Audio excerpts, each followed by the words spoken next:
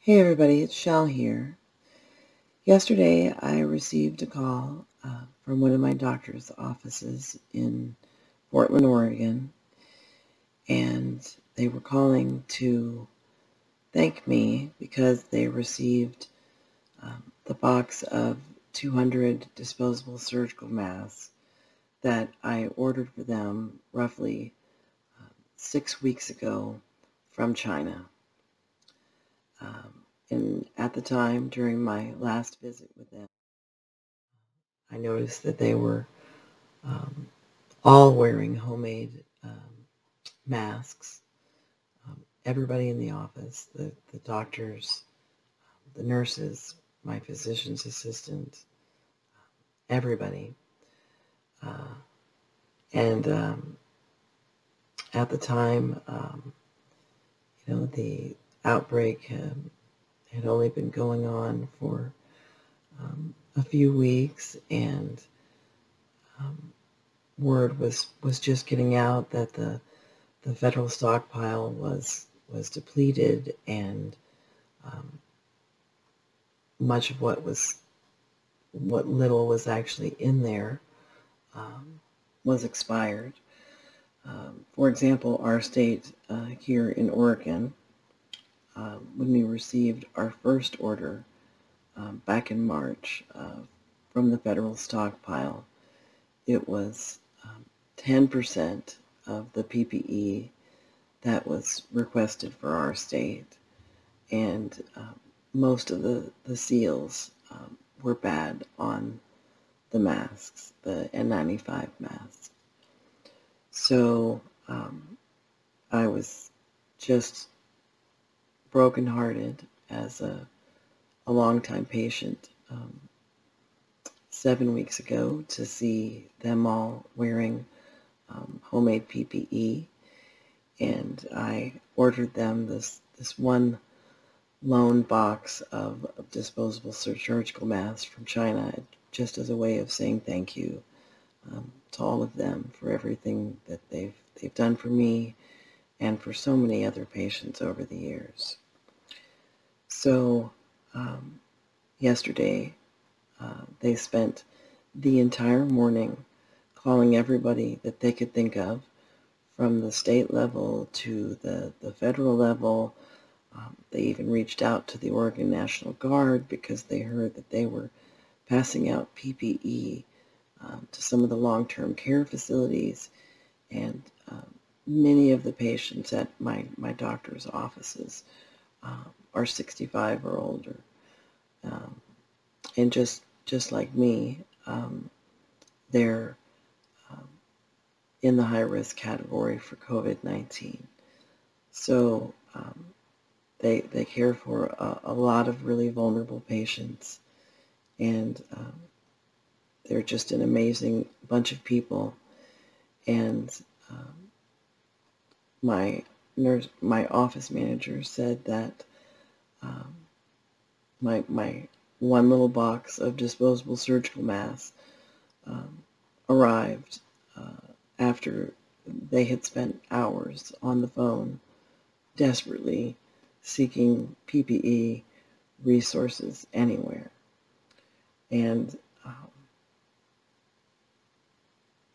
to hear how much that one little box of crappy surgical masks meant to them just absolutely infuriated me and broke my heart in equal parts. We are 2 months into this pandemic here in America, and the fact that most of our healthcare providers, our first responders, our frontline workers still do not have an adequate PPE supply is absolutely disgraceful.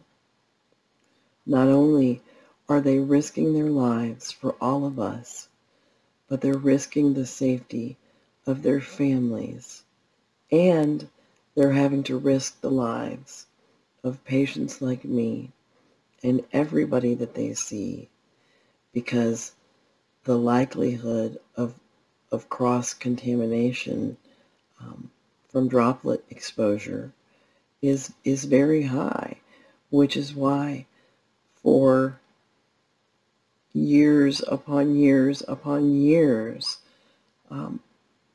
you use one mask, you change it before you see the next patient. And that's been best practices long before the coronavirus pandemic began. And I want everybody to bear in mind that last summer, FEMA and the federal government held a pandemic drill.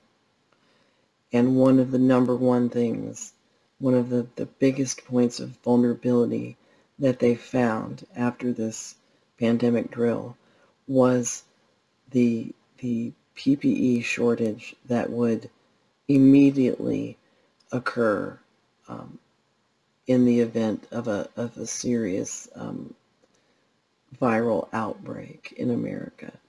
So the fact that we were not prepared was not news to the Trump administration.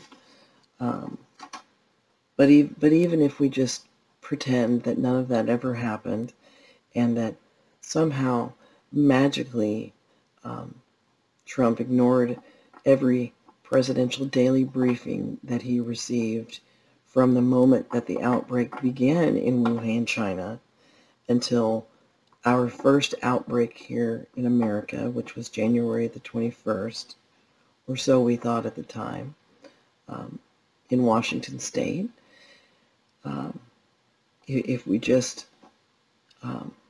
for giggles, say that President Trump was unaware that this was coming until the very first case here in America. Today is April 29th. So it's been almost 3 months now. 3 months. 3 months that Trump could have used the Defense Production Act to make sure that our nation's healthcare providers and first responders and frontline workers had adequate PPE to protect themselves, to protect each other, to protect their families, to protect their patients.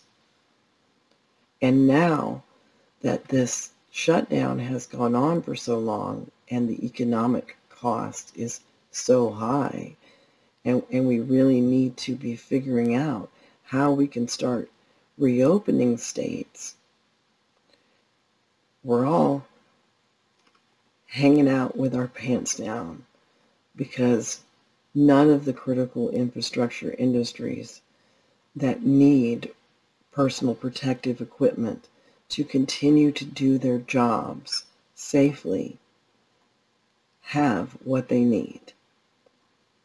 So all of these states like Georgia and Florida and Texas that are forcing their counties to open, they're doing so without the PPE that everyone needs to be able to prevent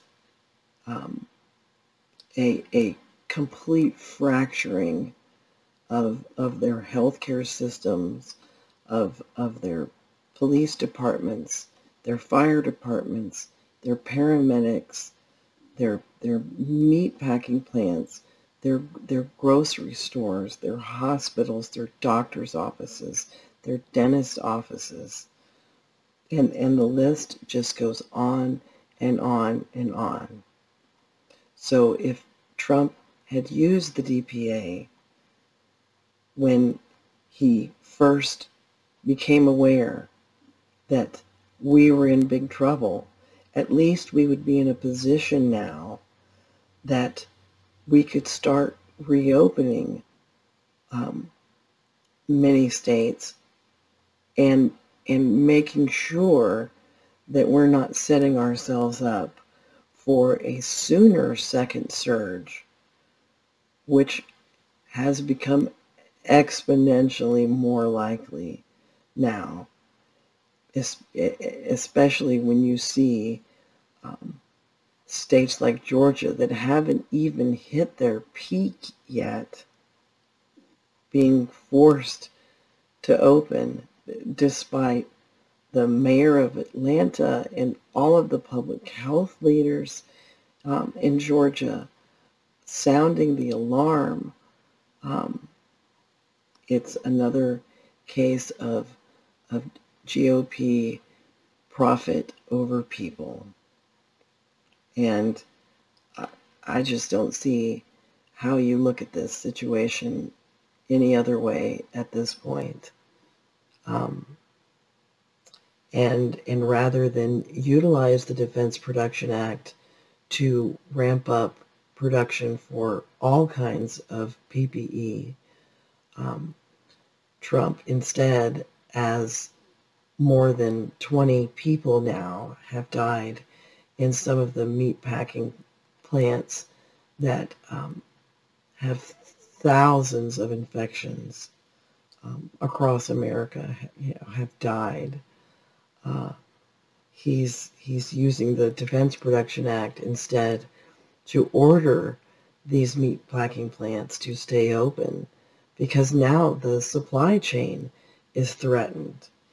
And one of the biggest reasons that the coronavirus is sweeping through these meatpacking plants is because they don't have adequate PPE. Does any of this sound familiar yet? We've all been singing the same song for 2 months now. And today, Jared Kushner, the president's son-in-law, got on Fox News and said that the battle is won. We're on the other side of the medical aspect, and this is a great success story. That great success story has killed 2,390 people just in the last 18 hours or so, and the day isn't even over yet. The death toll stands at 61,668. We have exceeded U.S. military casualties for 3 years of the Korean War, and separately for 20 years of the Vietnam War. The tsunami in Japan that happened years ago killed roughly 20,000 people. So our death toll here in America has surpassed that by 3 times. And Trump keeps moving the goalpost on the acceptable projected death toll. Just a week or so ago, it was, we're not going to hit 50,000. And then it was, we're not going to hit 60,000. And now we're probably only going to hit 70,000. And healthcare workers are dying because they don't have the personal protective equipment that they need. A nurse in an Ohio correctional facility, Tina Reeves, just died from the coronavirus. Frontline grocery workers have died from the coronavirus. Police officers have died from the coronavirus. The infant child of a Chicago, I believe it was, police officer, and her husband is a paramedic in Cook County, and they lost their baby to the coronavirus. And neither one of them had the adequate PPE that they needed to be able to protect themselves. And they have to live with the fact for the rest of their lives that because of something as simple as a decent mask to protect them during the worst public health crisis in a century, while they're both showing up in America's time of need to do their best, and something as simple as a decent mask could have prevented the loss of their child.